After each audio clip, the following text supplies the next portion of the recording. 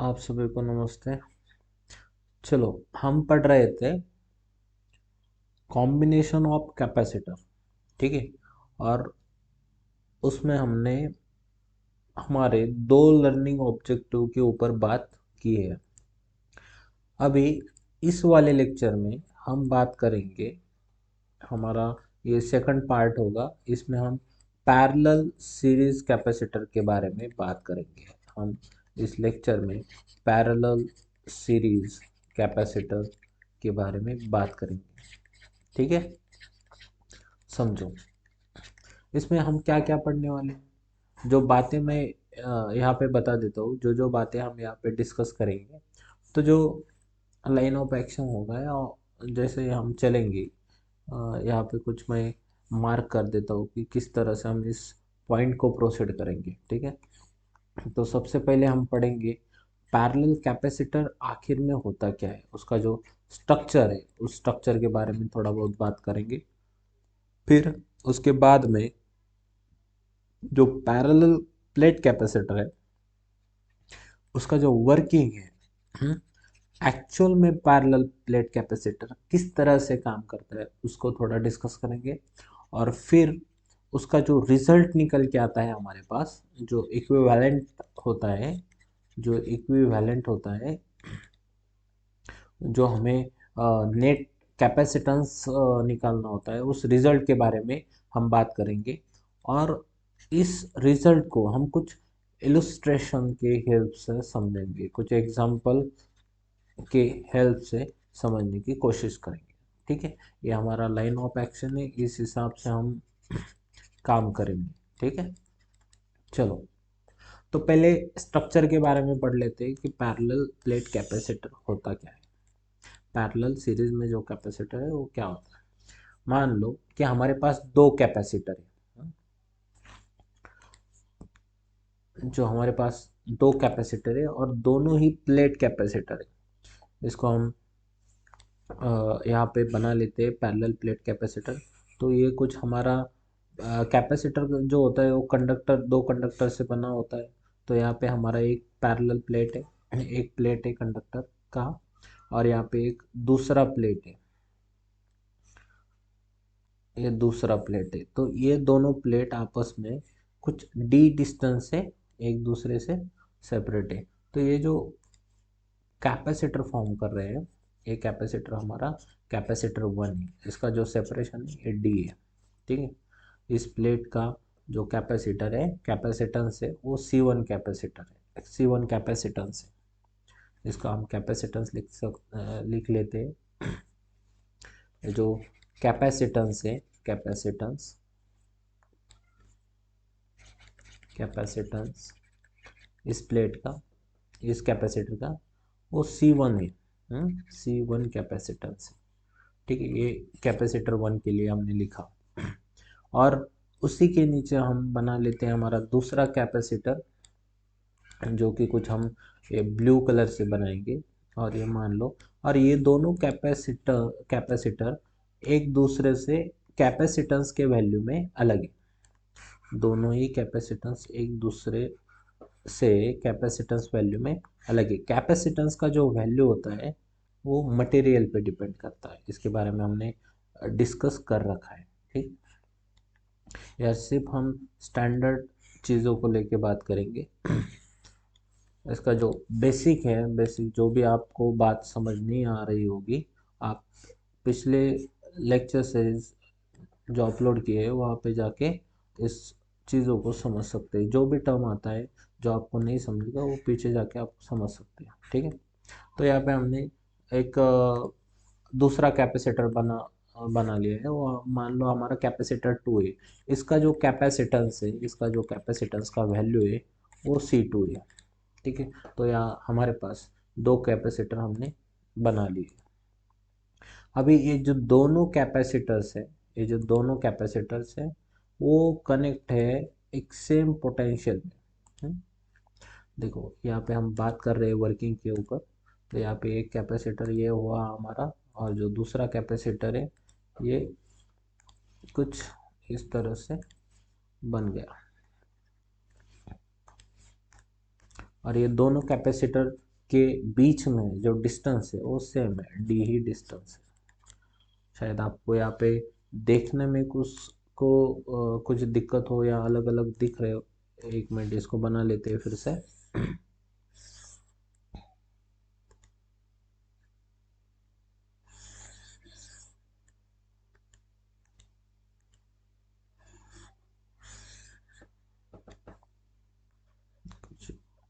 शायद से आप इसको अभी ठीक से समझ पाओ। ठीक है, अभी ये दोनों जो कैपेसिटर है एक दूसरे से सेम दूरी पे, मतलब इन दोनों कैपेसिटर के बीच में जो डिस्टेंस है वो डी है। ठीक है, इसका जो कैपेसिटेंस का वैल्यू है C1 है और इसका जो कैपेसिटेंस का वैल्यू है C2। अभी समझो, ये जो दोनों कैपेसिटर है हम इसको कनेक्ट कर लेते हैं और खुद इसका कनेक्शन कुछ ऐसा होगा कि हम सेम पोटेंशियल पे इसको कनेक्ट करेंगे। ठीक है, ये जो अपने बनाया है ये कैपेसिटर का स्ट्रक्चर हो गया। अभी वर्किंग की बात करते हैं। हम जब भी इसको एक कंडक्टर से कनेक्ट करेंगे तो मान लो ये दोनों प्लेट एक ही कंडक्टर से कनेक्ट करेंगे और ये जो दोनों प्लेट है इसको भी हम एक कंडक्टर से कनेक्ट कर लेते हैं। मान लो यहाँ पे इसे हमने पहले कनेक्ट कर दिया और फिर बाद में ये जो कनेक्शन है इसको और कनेक्ट करेंगे। ठीक, और एक कंडक्टर से कनेक्ट करेंगे कुछ इस तरह से, कुछ इस तरह से, और यहाँ पे हम फाइनली उसको एक बैटरी में कनेक्ट कर देंगे। ठीक, ये जो कनेक्शन है, कनेक्शन आप ठीक से समझेगा, इसको हम बैटरी से कनेक्ट कर दे रहे हैं। अभी हम इसके बारे में इसका वर्किंग समझाते हैं। ठीक है, तो मान लो यहाँ पे जो पोटेंशियल है वी पे हमने इसको कनेक्ट कर दिया। समझो, जो बैटरी होता है ना, बैटरी इस कैपेसिटर को चार्ज करने में हेल्प करता है। ठीक है, वो किस तरह से होता है यहाँ पे कुछ आप समझो थोड़ा सा। यहाँ पे जब भी हम इस कैपेसिटर को बैटरी के साथ कनेक्ट करते हैं और बैटरी का जो पोटेंशियल है कुछ पोटेंशियल वी होता है, तो ये कैपेसिटर चार्ज हो जाता है। आपको पता है इस प्लेट पे पॉजिटिव चार्ज आ जाता है और इस प्लेट पे नेगेटिव चार्ज आ जाता है। बैटरी नेगेटिव पोटेंशियल को कनेक्ट, ये बैटरी का जो ये जो प्लेट है ये बैटरी के नेगेटिव पोटेंशियल के साथ कनेक्ट होने के कारण इस पे नेगेटिव चार्ज है और बैटरी पॉजिटिव, इस ये जो प्लेट है पॉजिटिव पोटेंशियल के होने के कारण इस पे पॉजिटिव पोटेंशियल आता है। ठीक है, तो यहाँ पे ये जो कैपेसिटर है चार्ज हो गया है, इसको हम ऐसे बोलते हैं। और इसका जो पोटेंशियल डिफरेंस है ये दोनों प्लेट का, ये जब तक ये तब तक चार्ज होता रहेगा जब तक ये दोनों पोटेंशियल डिफरेंस का जो वैल्यू है, इन दोनों पोटेंशियल का जो डिफरेंस डिफरेंस का जो वैल्यू है वो इक्वल टू दिस वी नहीं बन जाता, तब तक ये चालू रहेगा। मतलब V A minus minus of V plus, मतलब ये पोटेंशियल से ये पोटेंशियल, इसको हम ऐसे भी कह सकते हैं। चलो कोई बात नहीं, ठीक। तो यहाँ पे जो पोटेंशियल डिफरेंस होगा इस वी के बराबर होगा। तो हमारा जो कैपेसिटर है वो फुली चार्ज।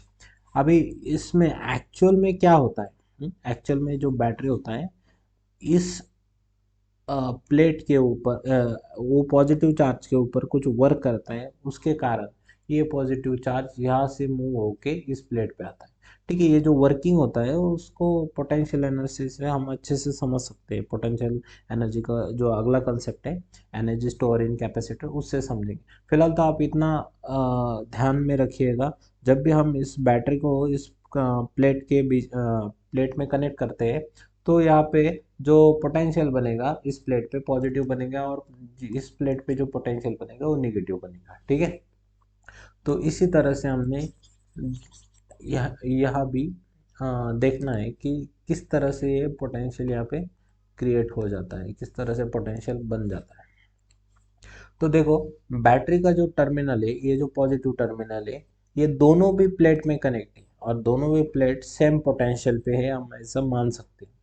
तो ये प्लेट भी सेम पोटेंशियल पे कनेक्ट है और ये प्लेट भी सेम पोटेंशियल पे कनेक्ट है। तो इन दोनों प्लेट का जो पोटेंशियल होगा पॉजिटिव पोटेंशियल वो लगभग वो सेम ही होगा, क्योंकि ये दोनों भी बैटरी के सेम टर्मिनल को कनेक्ट है। दोनों प्लेट में जो पोटेंशियल होगा वो सेम होगा और इन दोनों प्लेट में जो पोटेंशियल होगा उसका वैल्यू भी सेम होगा। ठीक है, और इस पोटेंशियल डिफरेंस के कारण या इस बैटरी के कारण ये पॉजिटिव टर्मिनल से कनेक्ट होने के कारण जो लेफ्ट साइज का लेफ्ट का जो प्लेट है लेफ्ट साइड का, उसके ऊपर जो चार्ज है वो चार्ज आएगा हमारा, वो जो चार्ज है वो चार्ज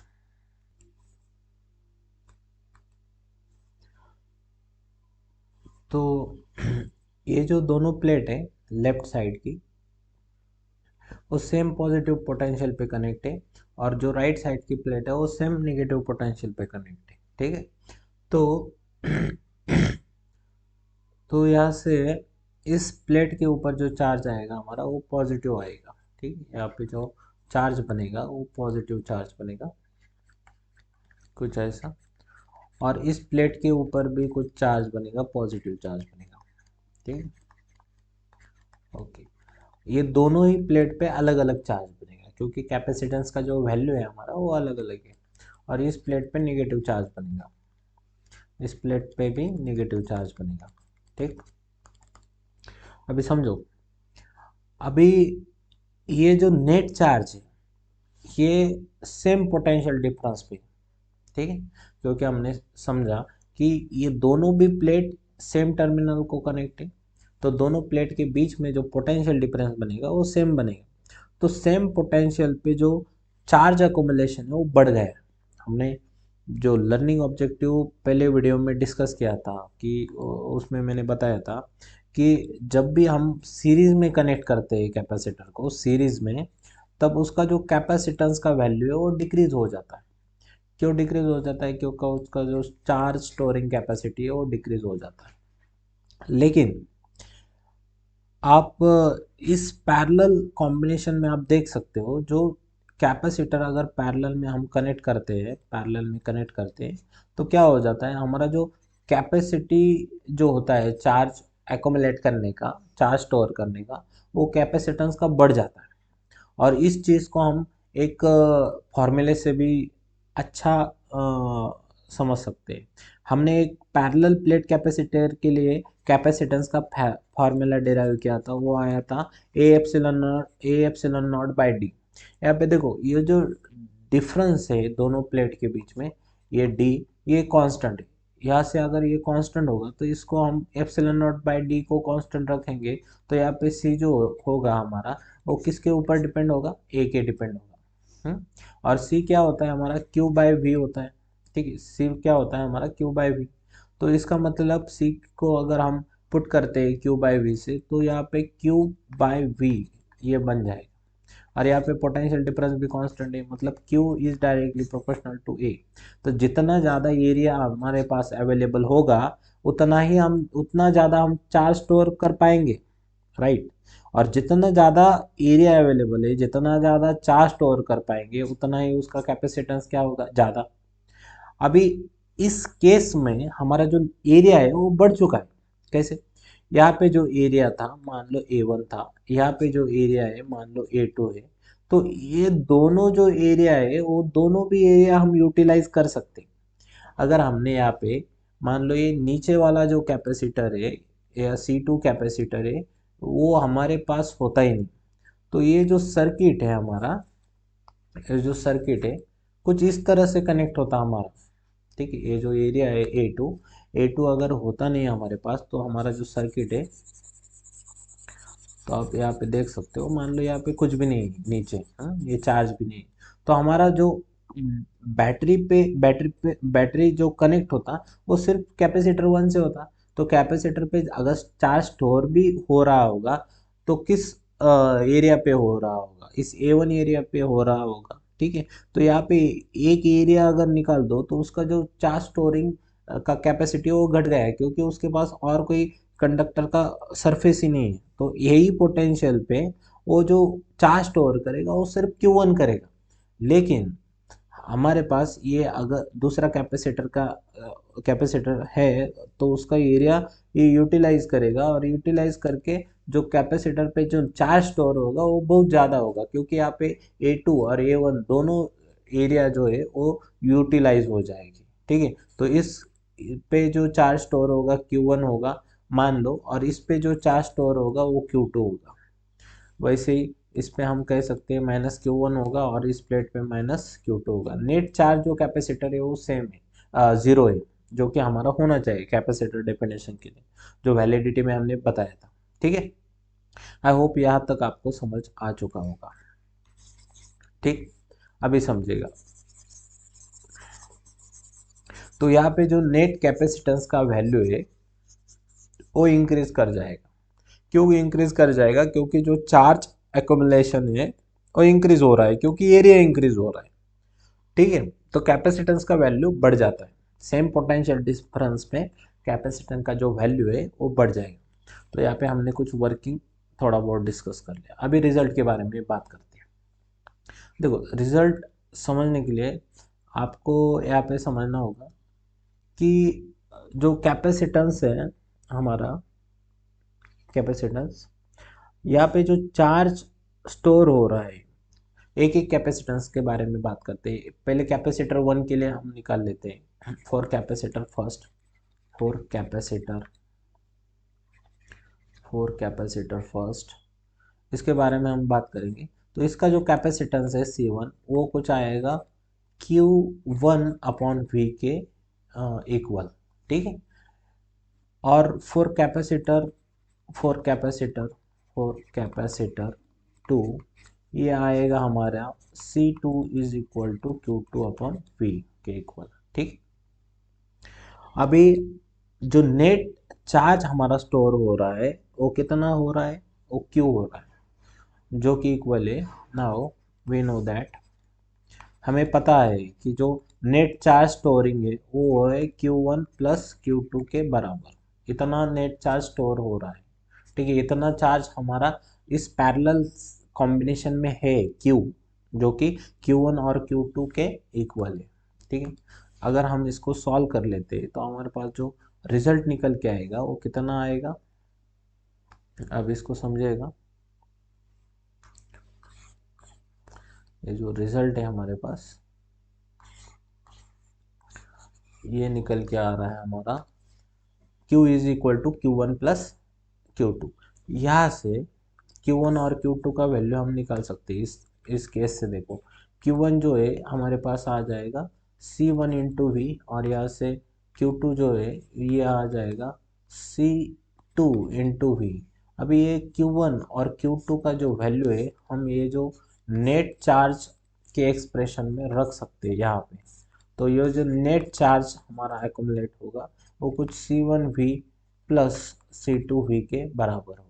ठीक है, अभी मान लो ये जो Q है ये नेट चार्ज है, ये जो नेट चार्ज है ये पूरे कैपेसिटर पे है। Net charge on parallel combination पे नेट चार्ज है हमारा। ठीक है, तो यहाँ से इसका पूरे पैरेलल कैपेसिटर का जो कैपेसिटेंस होगा, नाउ जो कैपेसिटेंस होगा, नेट कैपेसिटेंस की बात करेंगे, capacitance of parallel parallel combination, जो पैरेलल कॉम्बिनेशन का जो नेट कैपेसिटेंस होगा वो आएगा कुछ इस तरह से, सी सी इज इक्वल टू Q/V। तो यहाँ पे Q है, मतलब इसको लिखेंगे हम C इंटू वी। तो Q को लिख सकते हैं, ये जो Q है ये नेट कैपेसिटेंस के लिए रिस्पॉन्सिबल है, या हम बोल सकते हैं नेट कैपेसिटेंस का जो वैल्यू है ये Q amount of charge store करने की वजह से। तो इसको लिखेंगे हम C इंटू वी। ठीक है, यहाँ पे C1V प्लस C2V, यहाँ पे V कॉमन निकालेंगे और ये V कट जाएगा। तो यहाँ पर जो नेट कैपेसिटेंस है ये दोनों कैपेसिटेंस का वैल्यू का इक्वल है। ठीक है, तो हमने जैसे कि पहले ही लर्निंग ऑब्जेक्टिव में पिछले वीडियो में बात की थी, जो कैपेसिटेंस है वो बढ़ जाता है क्योंकि उसका चार्ज स्टोरेज का कैपेसिटी बढ़ता है। और चार्ज स्टोरेज का कैपेसिटी क्यों बढ़ रहा है? क्योंकि वो दोनों भी एरिया यूटिलाइज कर पा रहा है, इस कैपेसिटर का भी इस कैपेसिटर का, और ये सेम पोटेंशियल डिफरेंस पे, इसलिए इसका जो कैपेसिटेंस का वैल्यू है ये बढ़ जा रहा है। ठीक है, अभी इसको हम जनरलाइज कर देते, generalizing generalize generalize for n numbers of capacitor, अगर n नंबर्स ऑफ कैपेसिटर आपस में पैरेलल में होंगे तो यहाँ पे कितना नेट रेजिस्टेंस बनेगा, तो ये बनेगा C1 plus C2 plus C3। यहाँ पे ऐसे करते हुए जितने भी कैपेसिटर हमारे यहाँ पे n कैपेसिटर है, उस सभी कैपेसिटर का कैपेसिटेंस अगर हम अलजेब्रिक सम से जोड़ देंगे तो हमारे पास नेट कैपेसिटेंस निकल के आएगा। और पैरेलल सीरीज में जब भी हम कैपेसिटर्स कनेक्ट करते हैं तो इसका जो कैपेसिटेंस है वो बढ़ जाता है। ठीक है, चलो, तो यहाँ पे हमने सभी बातें ठीक से समझ लिए, वर्किंग समझ लिए, स्ट्रक्चर समझ लिया, वर्किंग समझ लिए, और उसका जो रिजल्ट है रिजल्ट के बारे में भी हमने डिस्कस किया। अब हम इस रिजल्ट को कुछ एग्जाम्पल के पॉइंट ऑफ व्यू से समझेंगे। ठीक, चलो समझते हैं। अभी मान लो रियल लाइफ में आपको मैंने बताया था कि ये जो कैपेसिटर है कुछ इस तरह से होता है। ठीक है, रियल लाइफ में तो वैसे ही हमारे पास एक रियल लाइफ में कैपेसिटर है कुछ इस तरह से, कुछ इस तरह से, और दो कैपेसिटर आपस में कनेक्ट है। इसका ये जो पॉजिटिव है और ये नेगेटिव है, और ये जो कैपेसिटर है नीचे कुछ ऐसा कनेक्ट है, इसका भी कैपेसिटर है। ये 25 वोल्ट पे वर्क करता है, 25 वोल्ट पे, और इसका जो कैपेसिटेंस है वो 100 माइक्रोफराड है, इसका भी कैपेसिटेंस 100 माइक्रोफराड है। ठीक है, तो इस कैपेसिटर का जो पॉजिटिव है ये वाला है और ये नेगेटिव, ये नेगेटिव और पॉजिटिव हम ज्वाइन कर लेते हैं कंडक्टर से, और ये दोनों हम एक पोटेंशियल से, एक 25 वोल्ट के पोटेंशियल से हम चार्ज करेंगे, जो है इस 25 वोल्ट से हम चार्ज करेंगे। अभी इस 25 वोल्ट के कारण ये दोनों कैपेसिटर चार्ज हो जाएगा, तो नेट जो कैपेसिटेंस है इस कैपेसिटर का वो C1 प्लस C2 हो जाएगा। इसका मतलब ये 100 माइक्रोफराड प्लस 100 माइक्रोफराड हो जाएगा। तो ये 25 वोल्ट पे 200 माइक्रोफराड इतना हमारे पास कैपेसिटेंस देगा। तो अगर हमें 200 माइक्रोफराड कैपेसिटेंस का कैपेसिटर बनाना होगा तो हम 100 के दो यूज़ करेंगे और सेम पोटेंशियल डिफरेंस से उसको चार्ज करेंगे सेम बैटरी से, और उसका हमारा जो नेट कैपेसिटेंस मिलेगा इस केस में वो 200 माइक्रोफराड होगा। आई होप ये जो पैरेलल सीरीज कैपेसिटर है आपको समझ आ चुका होगा। ठीक है, आप इसको देखिएगा और समझिएगा, जो भी बातें हैं वो नोट कीजिएगा। Thank you.